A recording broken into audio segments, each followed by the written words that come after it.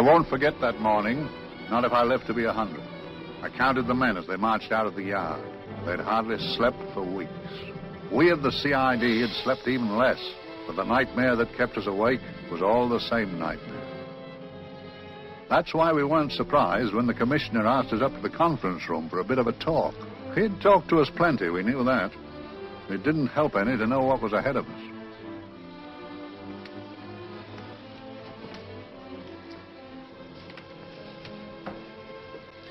Must we have that window open, Gregson? Oh, shut it if you want to. Chief will be in enough of a temper without having a ruddy blast down the back of his neck.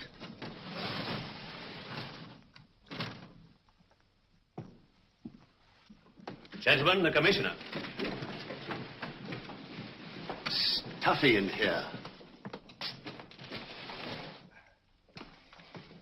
Be seated, won't you?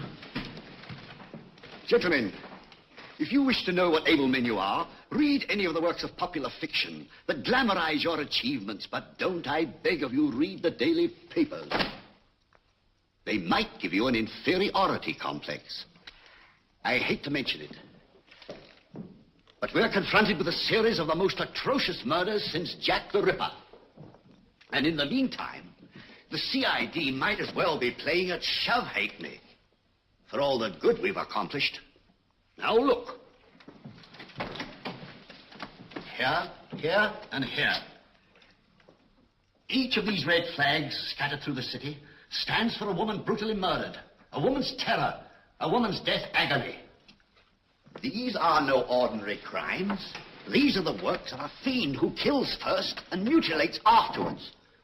A ghoul who hacks off a part of his victim body and carries it away with him, a loathsome souvenir of his butchery. 3 women murdered so far, and you haven't turned in one clue. You haven't given me one lead. Here you sit and wait for news of a 4th victim, with your arms folded.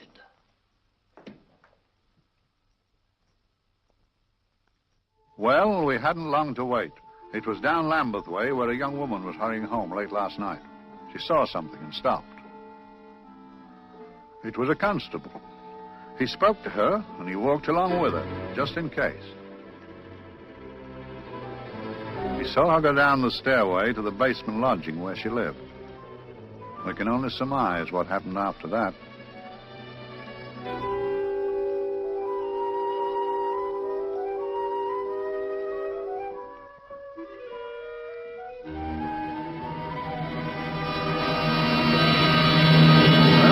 My pride in my pocket and went to see the man who'd so often helped out Inspector Lestrade and myself in the past, Mr. Sherlock Holmes.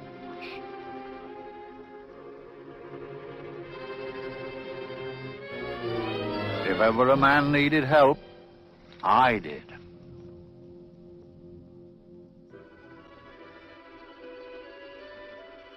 This makes 4, Inspector. 4 defenseless women here in the heart of London.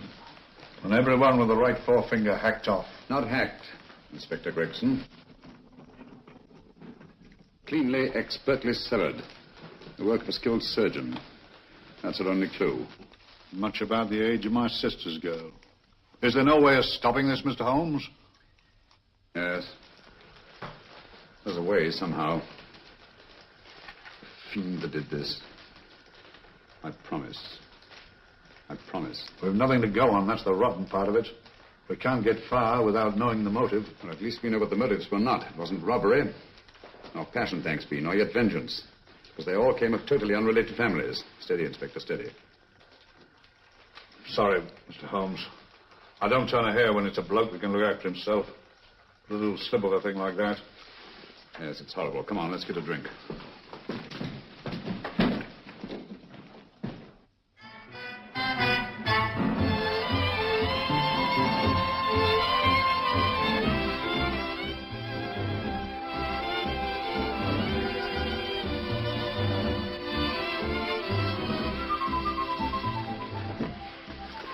Good evening, Mr. Holmes. Good evening, Vincent. Whiskey and soda, please, and a double for my friend here, Inspector Gregson. Thank you, sir. Take mine Irish. Decent of you to give me a hand with this thing, Mr. Holmes. Always a pleasure to be of help to Scotland Yard, Inspector. Little out of my line, looking for a maniac who murders just for the fun of it. perhaps just to get a human finger. In all 4 cases, the murderer risked capture by stopping to secure a finger. Well, what for? Who knows? He's just a madman. Perhaps there's method in his madness. If we could just trace those missing fingers. If we could just drain the English Channel, we might find a penny. Huh? Oh, thank you.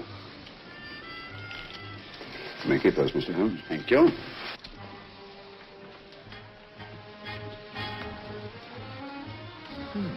Sir George Fenwick, isn't it? Yes. Got his daughter with him. Don't be so naive, Inspector. You know everyone, don't you, darling? Well, hardly. A week ago, I didn't know you. A week. How fast it's gone.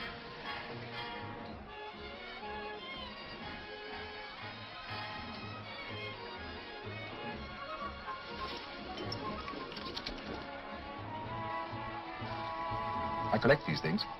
How very quaint of you. Shall we go? Yes.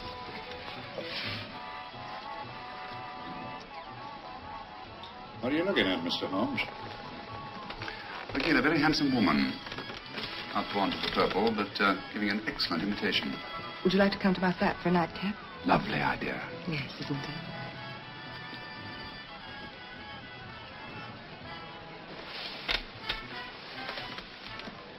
I wonder where she's taking Sir George Fenwick. Don't be so naive, Mr. Holmes.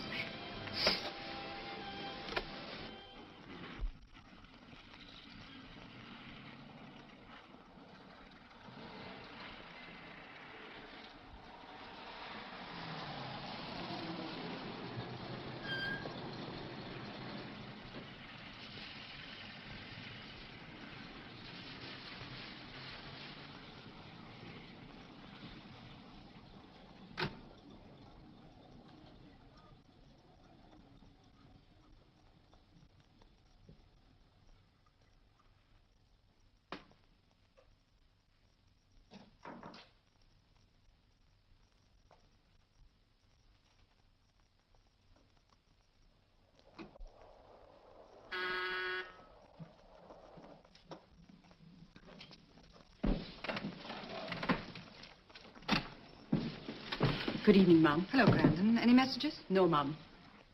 Thank you. Drinks, Grandon. One of your nice surprises. Yes, Mum. I say, you don't mean that... Grandon's a marvel, aren't you, Grandon? Yes, Mum.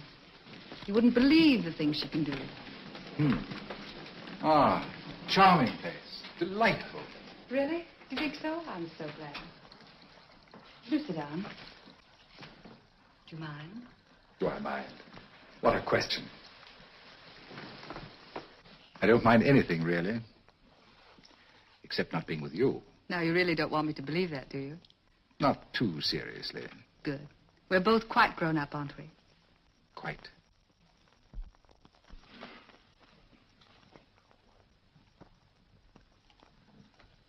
You're a treasure, Grandon.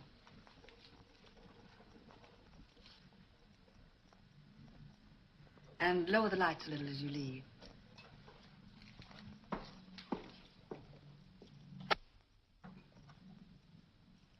I prefer a more flattering light. In any light, you'd be... Would I? And don't you know it? Perhaps I do.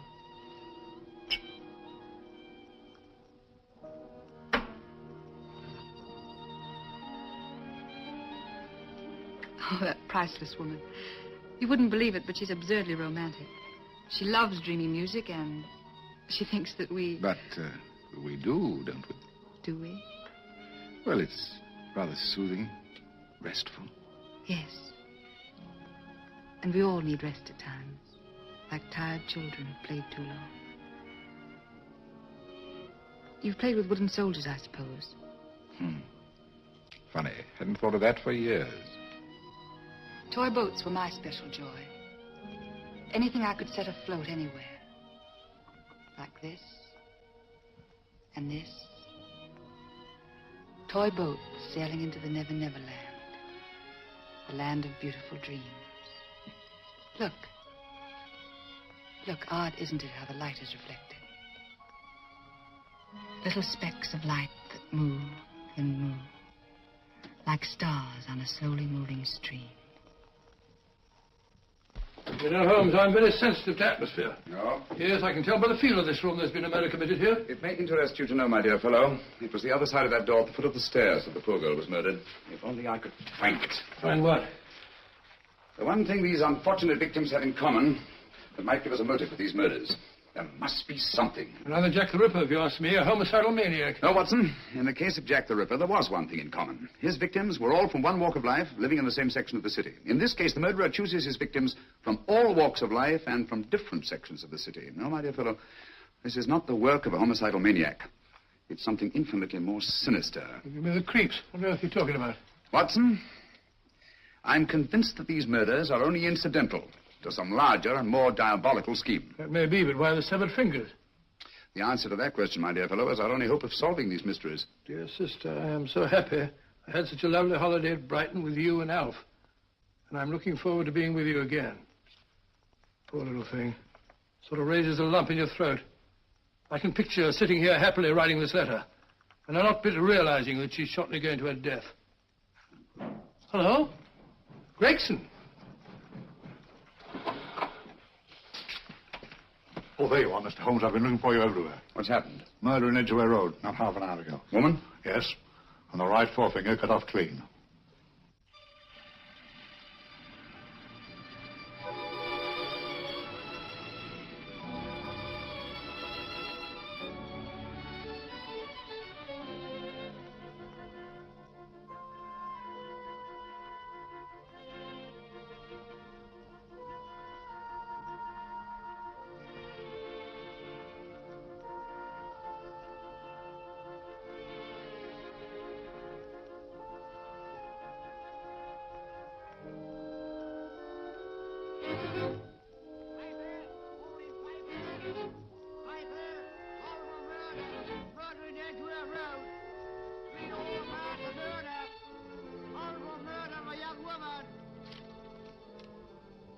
Get your papers.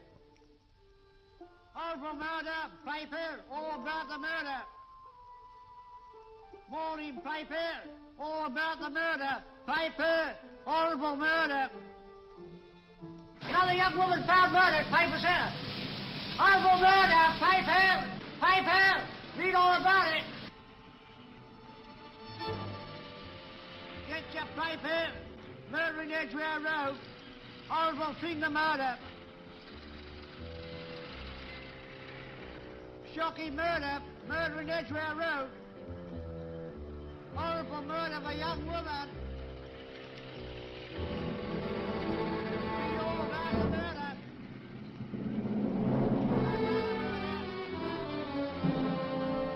Only fancy, Mum. There's been another of those horrible murders. Dear, dear, how shocking.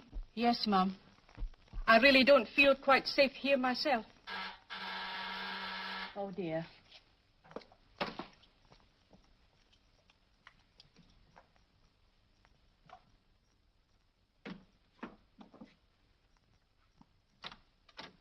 Why, Sir George! I must see Miss Marlowe at once. I don't know if she... I must see her. Where is she? Lydia. Why, Sir George, what is it? What happened? I don't know. You'll have to help me. You've got to help me. But I don't understand. Listen, I woke up a few minutes ago in a cheap boarding house off Edgware Road. I don't know how I came there. I don't know when. The last thing I remember is being here with you. Calm yourself, Sir George. When did I leave here? Well, it was about, It was 10:45, Mum. Precisely. You seemed, forgive me, just a little distressed. Detached, not interested. I thought I'd said something to offend you. I don't remember.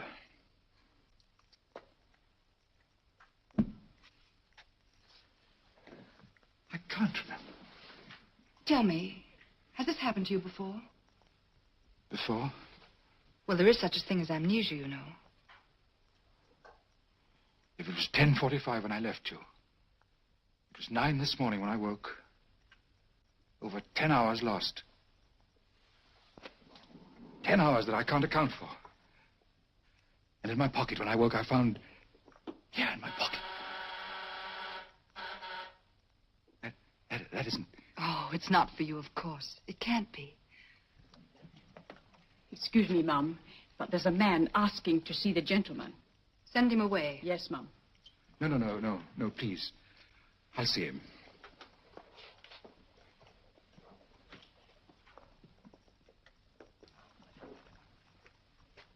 Well? Delightful room. Not much like the place you woke up in this morning. You followed me here? Yes. Are you a detective? Oh, no. Quite the contrary. Don't be afraid, Sir George. You know my name? Oh, yes. A very old and highly honored name. And being the bearer of such a name, and also a very wealthy man, I thought you might care to possess yourself of this trifle. Rather than let it fall into the hands of the police. It is yours, if I'm not mistaken. The initials, GF. Where did you get this? It came out of your pocket. I saw it fall, but you never noticed. You were very busy, bending over something with a knife. Then you put something in your pocket.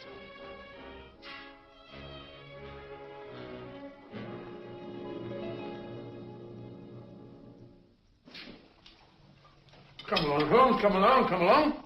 How many more terraces, I tell you? You're missing a treat. This is delicious. Little jam tarts to follow. Aren't you tempted? You and your flesh pots. They tell me that fish is good for the brains. Brains haven't any. You realize that a whole day and a night have gone by since that festive affair in Edgware Road? I'm as much in the dark as ever.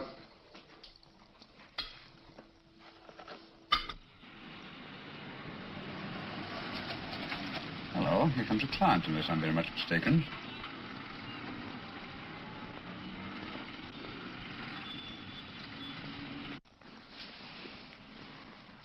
Well, attractive. Very attractive.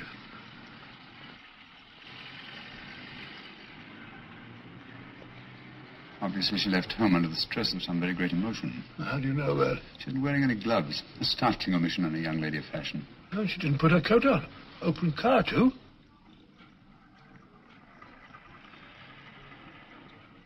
Furthermore, there's something in that bag she wants to show me.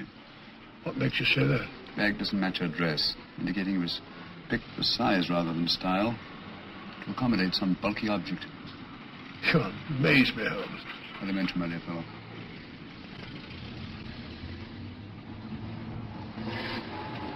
Oh, that's interesting. What is? A cab, turning at the empty house. I wonder why he followed her here. Oh, wouldn't you? Quite possibly with glasses.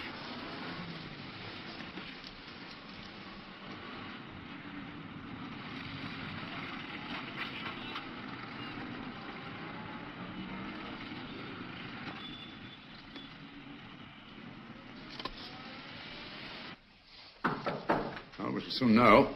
Yes, Mrs. Hudson? It's a young lady, sir. Most urgent. Ask her to come in. Go right in, miss. Mr. Holmes? Yes, this is my friend, Dr. Watson. How do you do? How do you do? Mr. Holmes, you must excuse me, please. Yes, well, won't you sit down? Come along. May I? It's quite all right. Thank you.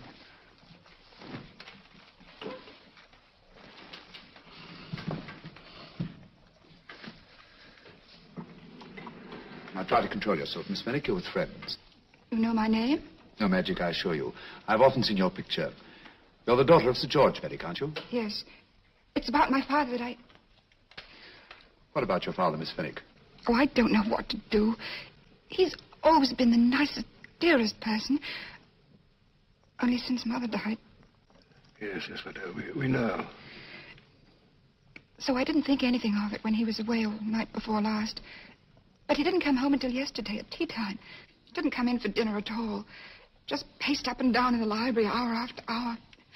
I begged him to let me in, but he wouldn't. Steady, steady.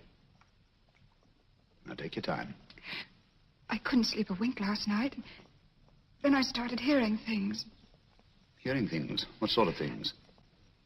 I heard someone in the garden underneath my window.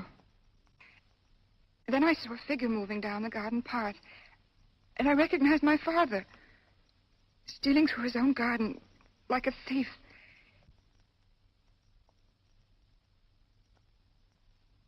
He had a spade in his hand. And he stopped by the greenhouse where he started to dig. This morning, at daybreak, I stole out into the garden and found this.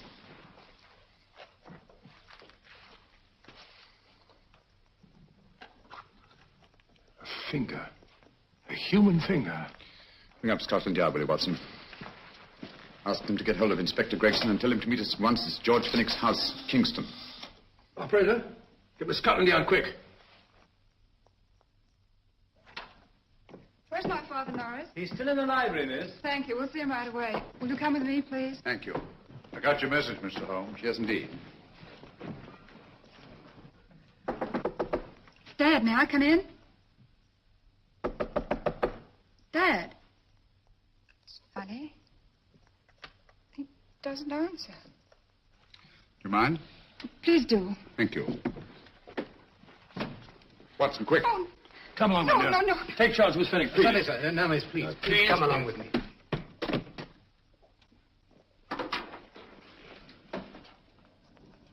Dead? Yes. What do you make of it, Doctor? Shot in the back, between the second and third ribs. The bullet undoubtedly had penetrated the heart. Look at the powder marks on his coat. I was afraid of this. What do you mean? Don't you remember the man in the cab who followed Miss Fenwick to Baker Street? Well, you don't think he had anything to do with it, do you? I think it's reasonable to assume that he tipped off someone that I'd been sent for. Sir George has obviously been murdered to keep him from telling me what he knew. What was the weapon used? Small caliber revolver, point blank range by the look of the wound. The murderer came in through those French windows. The mud from the garden he brought in his boots. Sir George must have surprised the intruder. Passed the room to him here. What follows, we can't tell. But from the location of the wound, I'd say that he turned his back for a moment, and as he turned, the muzzle of the revolver was placed between his ribs and one muffled shot fired. And you mean to say he kept on going, even after he was shot? There's no doubt about it. Look there. The trail of blood leads us back to the desk. Something Sir George was after. Something. I know. He was trying to summon help, poor chap. I don't think so, Watson. There's the bell pull by the fireplace. No, you'll notice from the trail of blood that Sir George made straight for this desk here. I wonder, there was something he was desperately anxious to get. Hello. His right hand's clenched. That's perfectly natural. Death agony. The left hand lies open. Why only one hand clenched in the death agony? The right hand, the hand nearest the desk. Please note that. If Sir George took something off this desk, something so important that he spilled his last drop of blood to get it, I want to know what it is.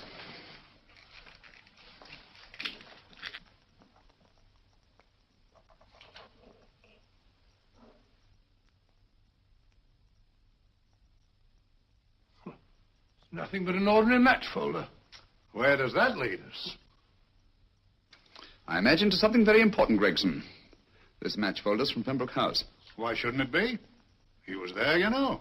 We saw him yesterday. Yes, but the effort he made after he was shot to get hold of this match folder.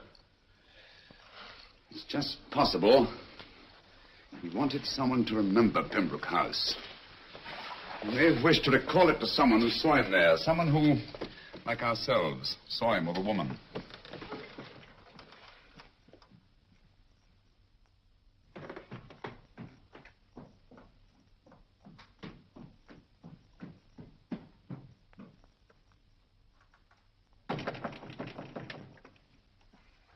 Come in. Oh, Dr. Watson, this came by hand for Mr. Holmes not 10 minutes ago. Thank you, Mrs. Hudson. That would be the report from Sir George's bank. Report from Sir George. Oh, really? Don't you remember his daughter told us that he'd just closed his account? Had it looked into at once.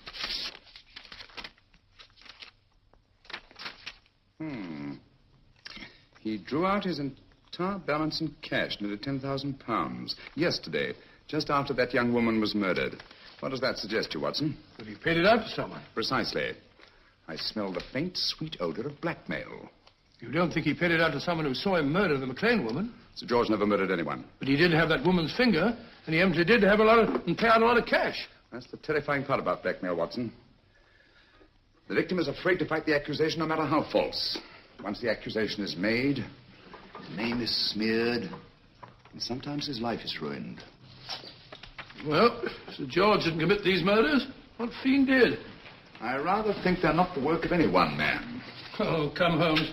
You don't expect me to believe there's a whole organization going about killing people and chopping off their fingers. No, it's possible, quite possible. Well, whoever's behind all this thing must be out of his mind. On the contrary, my dear fellow, if my assumptions are correct, this little scheme has behind it the most brilliant and ruthless intellect the world has ever known. You don't mean Professor Moriarty? I do. Oh, steady, Holmes. You've got him on the brain. This is the third time in as many months you've suspected him of unsolved crimes. He's dead, you know. Is he? Is he? You know he is. He was hanged in Montevideo, well, over a year ago. I know that someone was hanged in Montevideo under that name. But I'll stake my reputation that Moriarty is alive and here, now, in London.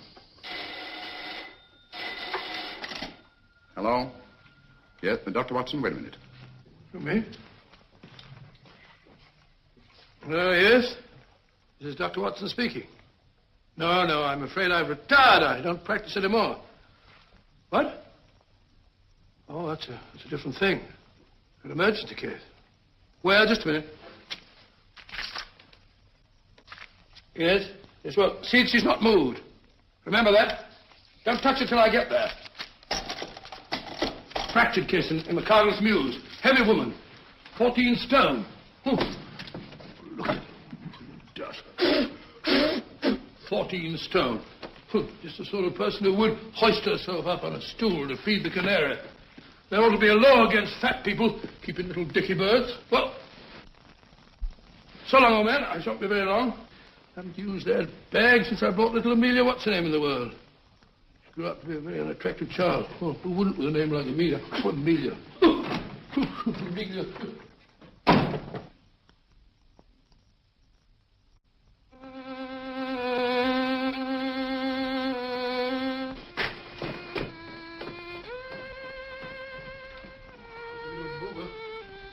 People so stupid about accidents.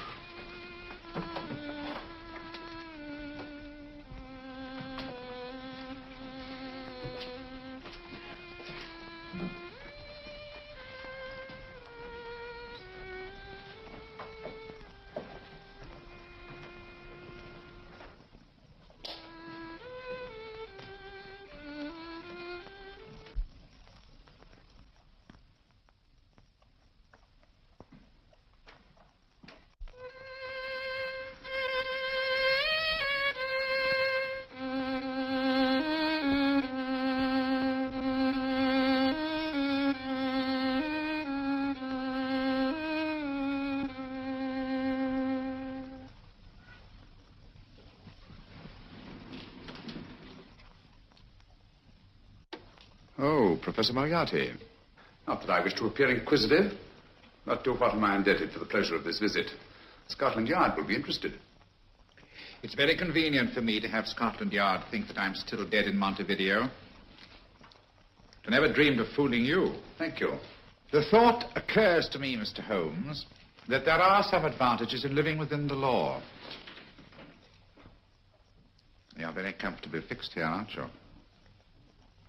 As I get on in life, the little comforts appeal to me more and more. Oh, I beg your pardon. Won't you sit down? Thank you.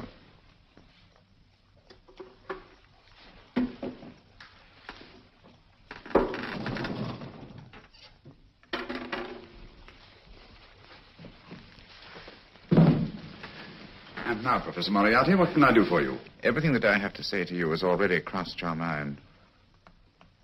And my answer has no doubt crossed yours. Yes, final? What do you think? I shall not rest until you are hanged for the finger murders. You've no proof, you know. No, not a shred. But I have you. I could turn you over to the police here and now. You could. But if you did, you'd never see Dr. Watson again. Oh, the telephone call. Quite. I rather assumed you had taken some such precaution. Or I should have snatched up a revolver and indulged in a fit of heroics when you came in. Very smart, aren't you? Not smart enough. Or I should have anticipated you. But if any harm comes to Dr. Watson, I shall seek you out. I shall not rest until I find you, and when I do... No harm will come to Dr. Watson this time. But I can't answer for the future. Mr. Holmes, I should strongly advise you to drop this case. Don't be silly. Think it over. We've had many encounters in the past. You hope to place me on the gallows. I tell you I shall never stand up on the gallows. But if you are instrumental in any way in bringing about my destruction, you will not be alive to enjoy your satisfaction. And we shall walk together through the gates of eternity, hand in hand. What a charming picture that would make. Yes, wouldn't it? You know, I really think it might be worth it.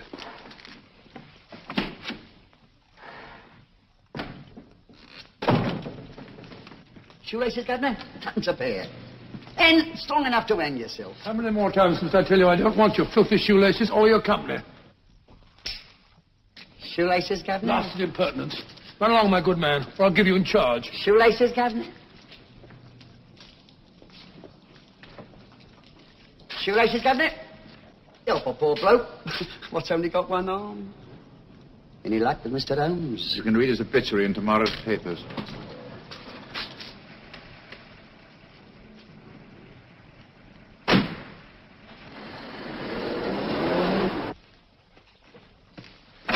Oh, there you are, Watson. Come in. I was just going out to look for you. Look for me what for? Suppose you don't think I know my way about. Well, you're right, I don't. Blast all practical jokers anyhow. Know where I've been? On a wild goose chase. Exactly. There's no such number in McCardle's Muse. Some fool's idea of a joke. Did you see anyone? No, nobody especially. Only a whining old idiot selling bootlaces. Persistent beggar, wasn't he? Stuck to you like grim death. Huh? How do you know? And finally left you for someone who looked like better pickings. Someone, my dear Watson, was Professor Moriarty himself. What? Just called on me. Moriarty here and you let him go? But you must be out of your mind.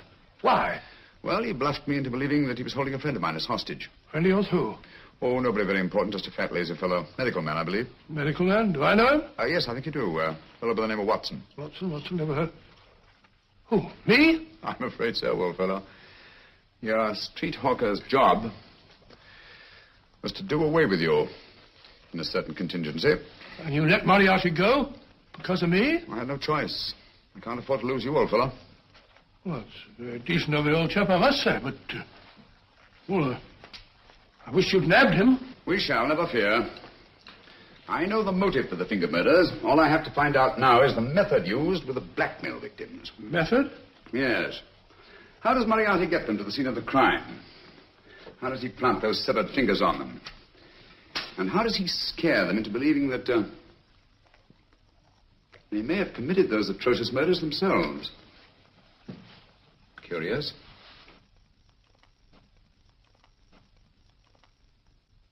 Very curious. Huh? Curious? What's curious? That window in the empty house across the street. First floor front. Huh? What's wrong with it? It's open. Why shouldn't it be open? Well, it wasn't open half an hour ago. I'll stake my life on that. Well, it's not our business. Let it stay open. I wonder if you'll go over, old fellow, and see what's the matter. Oh, trespassing. Against the law. Very well, I'll go myself. Oh, well, if you're going to put it like that, ridiculous waste of time. Going about shutting windows at this hour of the night. Yeah, you better take this torch. Oh, take what? Dignified job for a doctor. Dr. Watson, the torchbearer.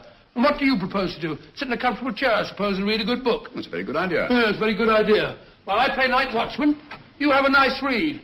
Mm-hmm. Good night. Have a good time. Have a good time? What do you mean, have a good...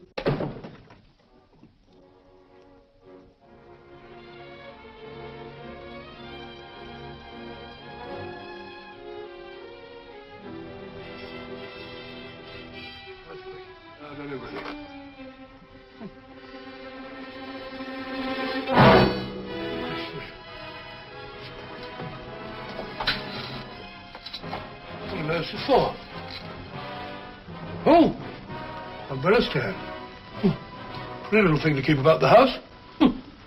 Must have been a pet.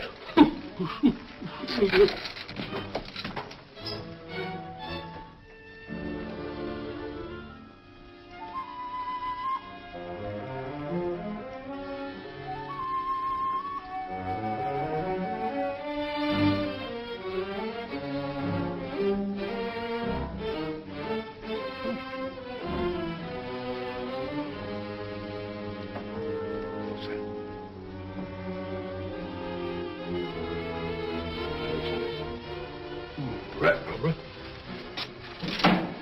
This was... Oh.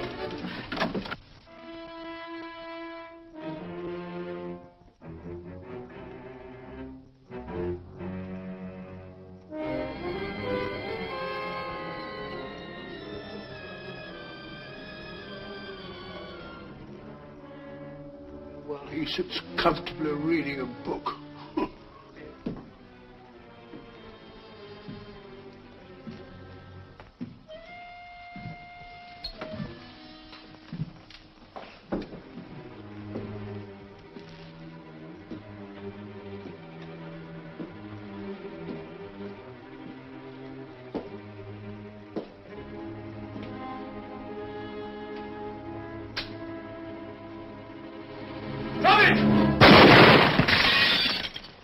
He killed Holmes! He killed Sherlock! Watson. You? But I saw him shoot you a second ago. Not me, my dear fellow. Merely the bust of Julius Caesar. Incidentally, you may have noticed that all through the ages, prominent men have prominent noses. Oh, I'm afraid we're in for terrible trouble again with Mrs. Hudson. Windows smashed, plaster all over the floor. Get up, you. Corporal Williams, Middlesex Regiment. Discharged from the army as physically unfit. Papers seem in order. Now, Corporal Williams, you've seen service in the Far East, haven't you? The East. I thought so. Look at his complexion, Watson. Yellow as saffron. He's been taking atabrine. Cure for malaria. Sniper, aren't you? Sniper. Why did you try to kill me? I had to kill him. I had to. Oh, snap out of it. Stop it, Watson. He's shamming. No, he isn't. Who told you to kill me? She told me. She told you? She told me I couldn't miss. Well, luckily you did miss, you murderer. He isn't a murderer, Watson. Listen, Corporal Williams. She told you you had to do it, didn't she? I had to do it. I've got it, Watson, I've got it. Got what? The method used in the finger murders. Well, what is it? Hypnotism, my dear fellow, hypnotism. And it wasn't against his nature, that's the devilish part of it. They picked a man for their purpose whose job was sniping. Who are they? Professor Moriarty and his finger murderers. Williams spoke of a woman. I think you'll find that she asked him home tonight for a drink. Nice quiet rooms, soft lights, music. You got it all pat, Mr. Holmes. What's the lady look like? Oh, up 30, nice figure, blonde, lustrous eyes. Oh, really? Got a phone number? Oh, so? Williams will give us her address. Look after him, Gregson.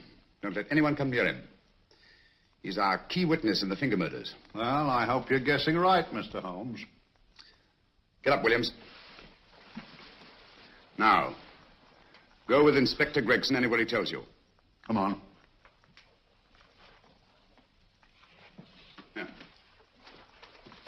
Ring me as soon as he comes to himself, will you? I will. Good night, gentlemen. Good night. Well, if you believe that fellow Williams was hypnotized, I suppose you think Sir George Fenwick was hypnotized, too. Yes, I'm quite sure of it. Have a cup of tea? Thanks, old boy. Nothing to eat. But why didn't these people make Sir George do the murder himself? Because they didn't want to get him hanged. They wanted to blackmail him. Well, who do you think the actual murderer is? One of Moriarty's gang. A diabolically simple technique. Kill a woman. Yes. But why cut off the fingers? My dear fellow, don't you understand? The severed finger is what links the blackmail victim to the murder. He wakes, finds the grisly thing in his pocket. Doesn't know how it got there. He's no idea that he's been hypnotized. For all he knows, he may have committed the atrocious crime during some dreadful lapse of sanity. In that state, when he's utterly demoralized, the blackmailers take over. Is that it? Undoubtedly. You see, they swear that they saw him commit the murder. And, being human, the victim will pay anything rather than stand trial on a charge that will make his very name loathsome. Oh, it all fits in if you believe in hypnotism. The only possible explanation. You think the hypnotist is that woman with the blonde hair and the lustrous eyes, the woman you invented? I didn't invent her. I saw her. What on earth are you talking about? That woman, my dear Watson, was with Sir George when he left Pembroke House. I saw her there. I shall see her again, and Williams will lead me to her. That's why it's so important to keep him safe. He will identify her.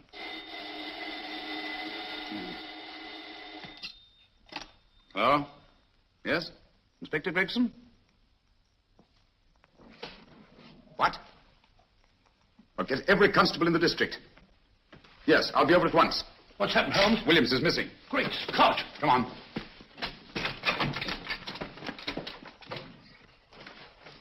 Lorry crashed into Gregson's car. During the confusion, Williams disappeared.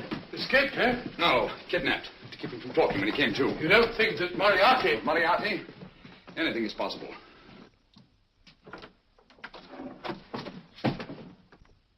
Williams! Dead. You see, anything is possible.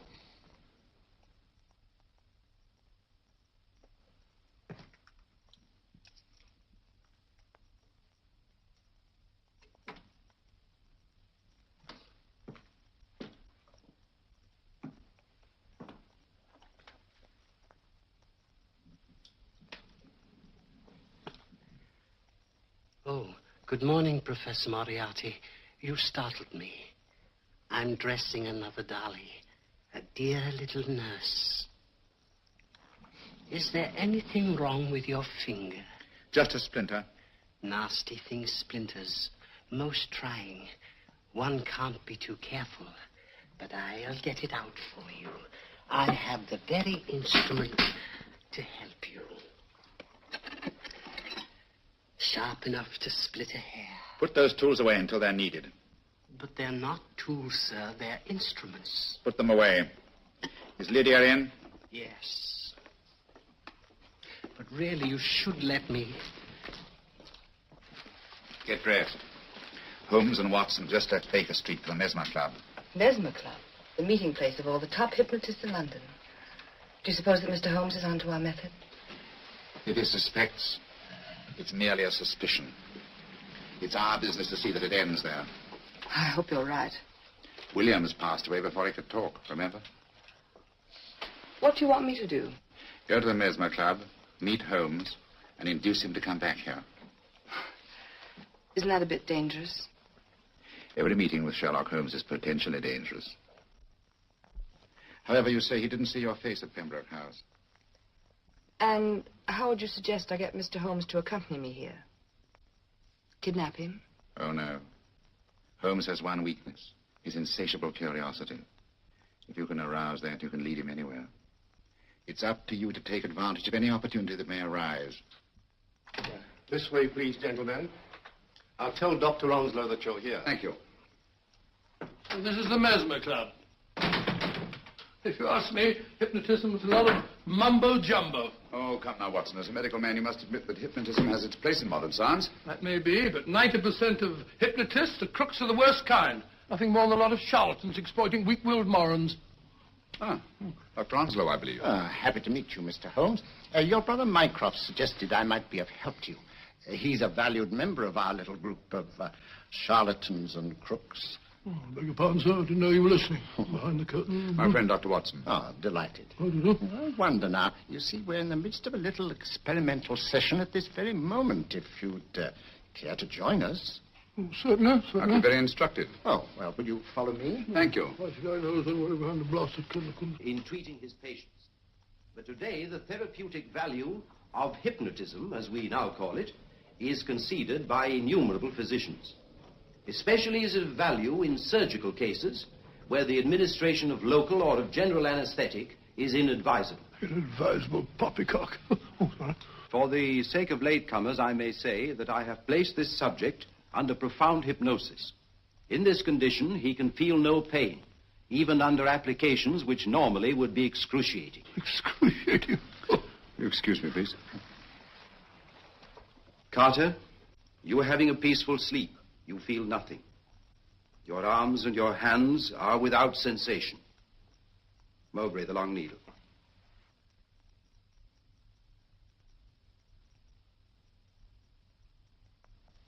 Carter, give me your right hand.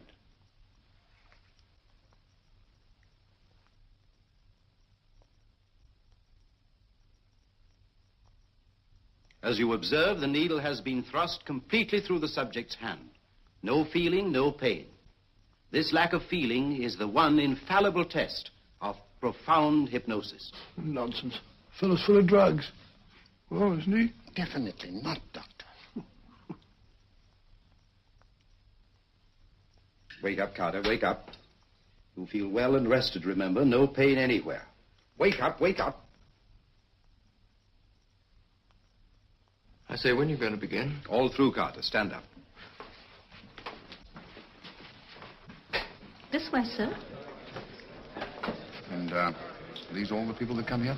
Oh, no. Others keep dropping in all the time. I suppose it's all right for those who believe in it, but of course, I'm a professional man myself. Then you don't believe in hypnotism, Dr. Watson? I don't deny that there are certain types of hysterical, feeble-minded people who go under if you point your finger at them. But anyone with an ounce of character... How right you are. You see right through our little artifices, don't you, Doctor? Right through, my dear sir. Right through. Quite so. But with the feeble-minded, as you say... excuse us, Mr. Holmes. Certainly. Step over here, won't you? Certainly, sir. Anything to oblige. Let me show you how easily we charlatans take advantage of them. Now, sit down, Doctor.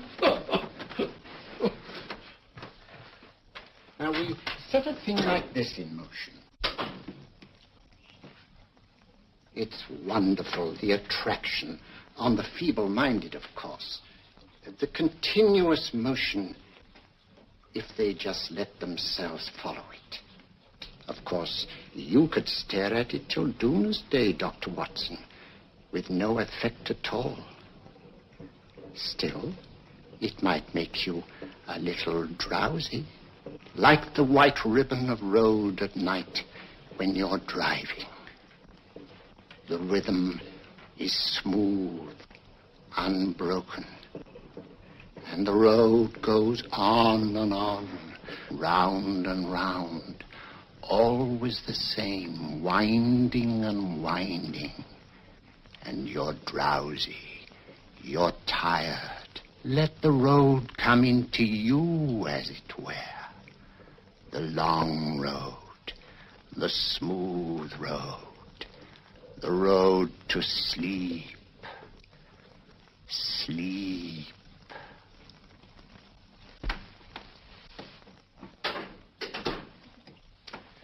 Open your eyes. Stand up. Turn around. And now, Dr. Watson, you're on a holiday in Scotland. The country is amazingly beautiful. We're coming to a stream. It isn't deep. Better take your shoes and socks off.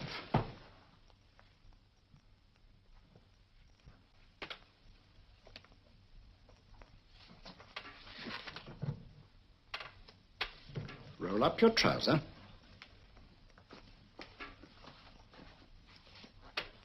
That'll do. The other leg is waterproof. Turn around. Mind the pedals.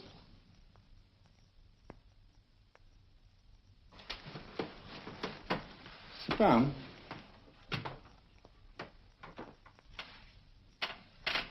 Wake up now.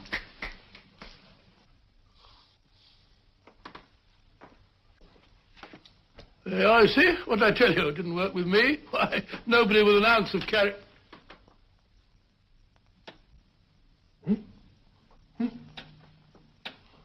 I think you'll need these.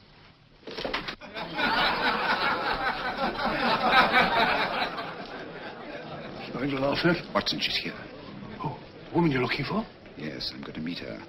Perhaps I can induce her to take me to Moriarty. Do you think it's wise, Holmes? May not be wise, but it's essential.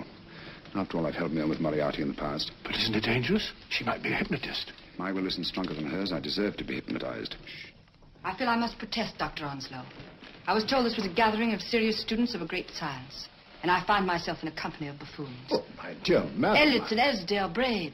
Were those men martyrs for the truth? That you may laugh over your childish, cruel tricks? I must say I'm in complete agreement with you, madam. This was most unnecessary performance, Dr. Onslow. Beg your pardon, sir. My name is Holmes, Sherlock Holmes. At your service, madam. Thank you, Mr. Holmes. I'm afraid I've created a rather embarrassing situation. But you see, I'm interested in the serious study of hypnotism. So am I, too. Perhaps we have something in common, Mr. Holmes. Perhaps we have. Would you join me for a cocktail at Pembroke House? I should be delighted. Good.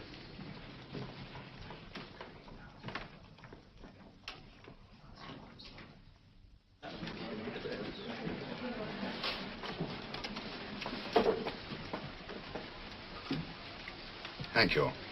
I didn't know there was such a pleasant place in London. It was so nice of you to suggest our coming here. I thought a little pick-me-up would do us good. You mean you thought I looked... I like the way you look. Thank you. I suppose I did lose my head a little at the Mesmer Club. But you see, hypnotism is almost a religion with me. I know so well what it can do to help and heal. And I can't bear to see it used for trivial purposes. I know very little about it. That's why I went to the Mesmer Club. You see, I'm rather puzzled just now with the case that I'm working on. How fascinating. Tell me about it. It's the murder of Sir George Fenwick. Fenwick? Who's he? Quite a well-known figure. Odd now I come to think of it. Last time I saw Sir George was here at Pembroke House. Strange. Yes, isn't it? He was sitting, I believe he was sitting at this very table. Cigarette? Thanks. Do go on. There was a charming lady with him. He was lighting a cigarette.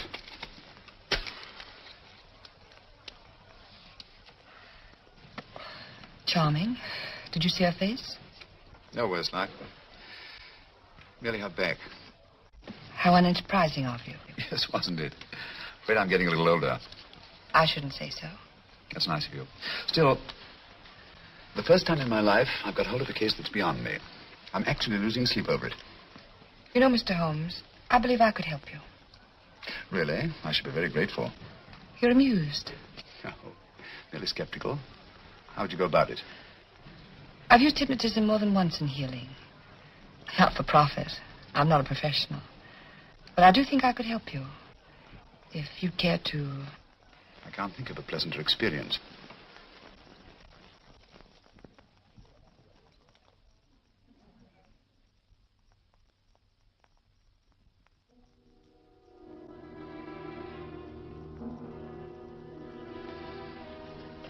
Low lights, music, is that all there is to it? You must relax, Mr. Holmes. I'm afraid you're a rather difficult subject. So I thought perhaps a little help. Materia medica might be advisable. Drugs? No, I'd rather not, if you don't mind. As a matter of fact, I'd rather not myself. But Schrenk-Notzing, he practiced in Munich, you know. Believed it the best means for difficult subjects. Do you mind? Well, as a matter of fact, I don't approve of sedatives. Just as you wish. We don't have to go on with this at all, you know. Wait a minute. Wait a minute. All right. I'll take a chance. It's really quite harmless. What is it? Cannabis japonica, an oriental soporific. You need water.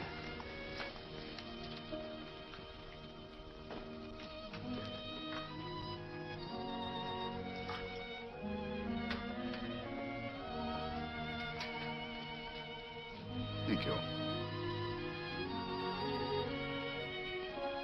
Now sit down, Mr. Holmes. You feel yourself growing drowsy. Don't fight it. Give in to it. Because you do want to sleep, you know. Just fix your eyes on this one white flower floating on the water. Empty your mind of every other thought. Follow the motion of the water. So smooth, not a ripple. Waters of forgetfulness. Steady, deep, strong. Strange, isn't it, how the light is reflected? Little specks of light that move and move.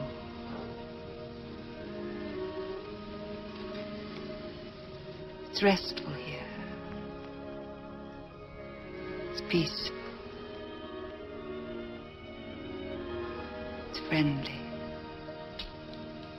And you're very close to finding what you're looking for.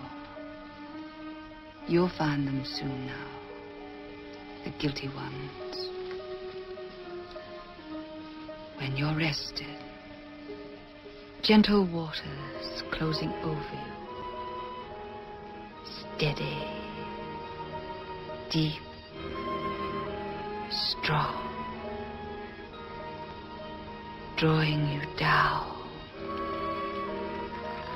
down, down.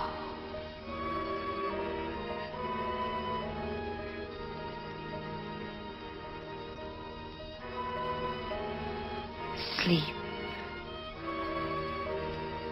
Sleep. Sleep.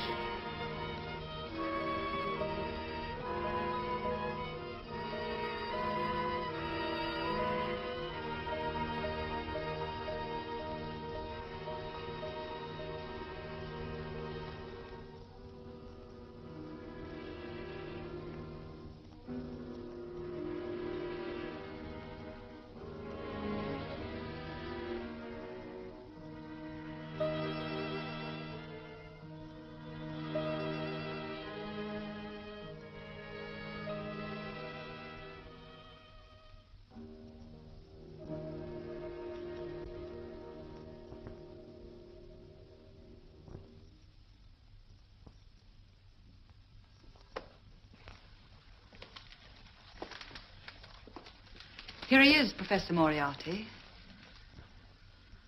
Stand up, Mr. Holmes.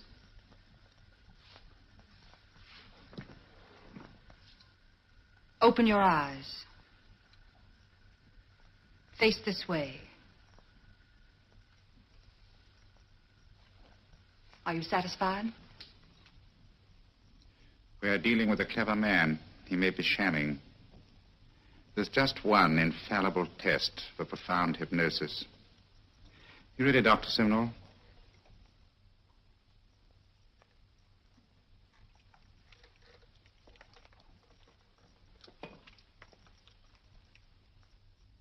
That will do, Doctor.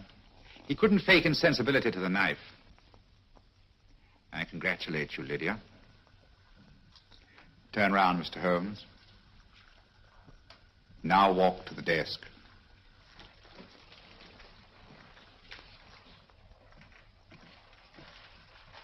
Sit down. Take that pen and write what I tell you to write. I have at last found a case which I cannot solve.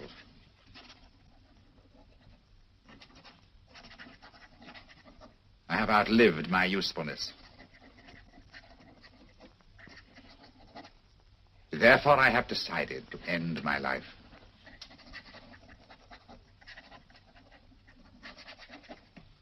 Sign your name.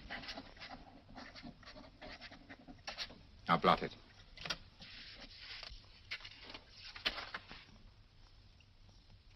Fold it up and put it in your pocket. Come, Mr. Sherlock Holmes. Go out onto the terrace. But it won't look like suicide, sir. I'm sorry, but Mr. Holmes' injuries must all be self-inflicted. Let's walk a little, Mr. Holmes. It's so pleasant here in the garden. Just step up here onto the terrace. It's a nice, broad terrace. Now turn to the left. Walk slowly to the end of the terrace.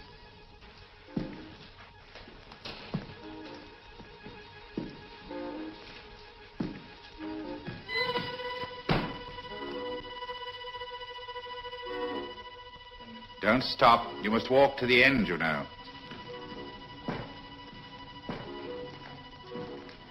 The end leads to an open doorway. You can pass through it in perfect safety. In the room beyond the doorway, you'll find what you've been looking for. Must you drag this on? This is the moment I've been anticipating for a long time, my dear. Go on, Mr. Holmes.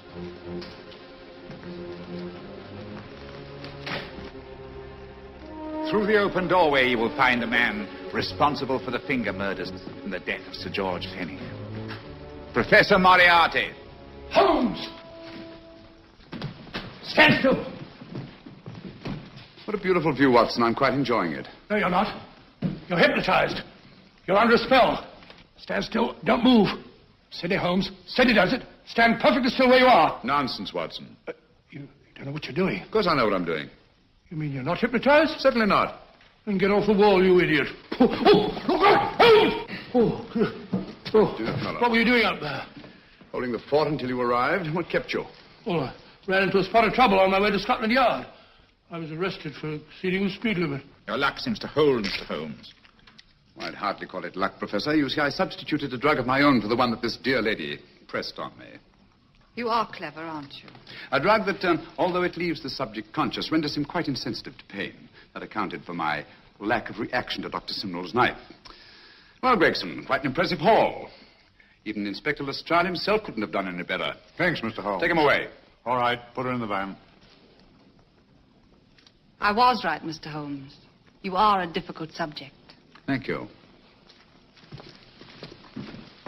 And now, Professor, our score is settled. Au revoir until I see you on the gallows. The rope has not been made that'll go around my neck. Come on.